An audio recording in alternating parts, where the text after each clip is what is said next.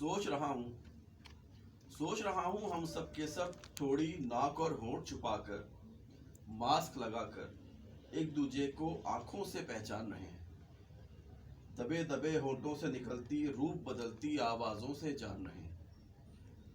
सोच रहा हूँ हम सब के सब थोड़ी नाक और होंठ छुपाकर, मास्क लगाकर एक दूजे को आंखों से पहचान रहे हैं। दबे दबे होठों से निकलती रूप बदलती आवाजों से जान रहे हैं। जब ये मास्क उतर जाएंगे, खौफ में बांधे जाने वाले वादों और इरादों के संग ये भी किसी कचरा कुंडी में भर जाएंगे। क्या फिर हम एक दूसरे के पूरे चेहरे पहचान सकेंगे? क्या फिर हम आंखों की बोली जान सकेंगे?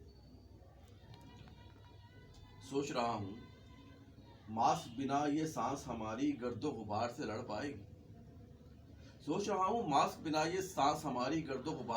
पाएगी। धुएं के सदमे सह पाएगी, फिजा में जिंदा रह पाएगी। सोच रहा हूँ 10 का मास्क 50 रुपए में बेचने वाले सोचते होंगे काबे के दर खुल जाएंगे।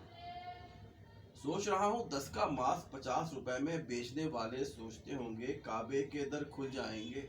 रब ने वबा से बड़ा नवाजा, अब उम्रा करने जाएंगे। जाने क्या क्या सोच रहे हैं।